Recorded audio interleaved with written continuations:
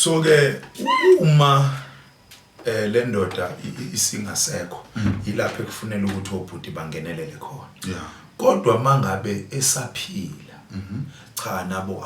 abenza imindeni yabo yabona abenza imindeni yabo ikhule leyo mndeni yabo le nalokuthi ke esikhathini sakudala mfowethu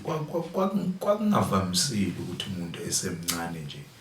ahambe nje emhlabeni kwakungavamisile mntama wayephila isikhathi esithe ukuba sijanyana impela unless ke ewumuntu ohamba ngengozi uyayibona empini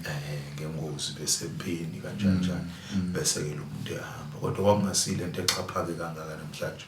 ukuthi umuntu besina izolo wakhohlela kabili akasekho njalo hayi kwangavamisile mfowethu ngifuna ukunderstand like abafazi ngiyaxolisa ukusebenzisa leli gama abantu besimame bayathanda banalo uthando bayayithanda imindeni yabo waze wangibuza igama engingeke impela ngibe nalisho kodwa into engangiyazi esigabeni sakudala umuntu wesimama ukuzende kwakufanele ukuthi abe nombono nomqondo wokuyokwakha umuzi uthando laluza kamuva yebo phela insizwa mayeshela intombi kwakudingeka ukuthi ekugcineni ize nayivume iqome yabo ingavumi ngoba nakiphoqiwe kodwa kube ukuthi nayo ithi cha hayi angivume ngempela ukuthi le ndoda ngiyokwakha umuzi kayise uyibona kodwa nje indida lento yabona indaba yothando bafowethu mina I wish kube khona umuntu ngelinye ilanga ongathi mechaza indaba yothando ayibeke ebantwini ngendlela ezokwenza ukuthi ngili understand cause lifike lingilahle kuphi la wemntaka Simelane lifike lingilahle mina uthando olihamba lihambe kuthiwe mhlambe liyaphela lungilahle indaba yothando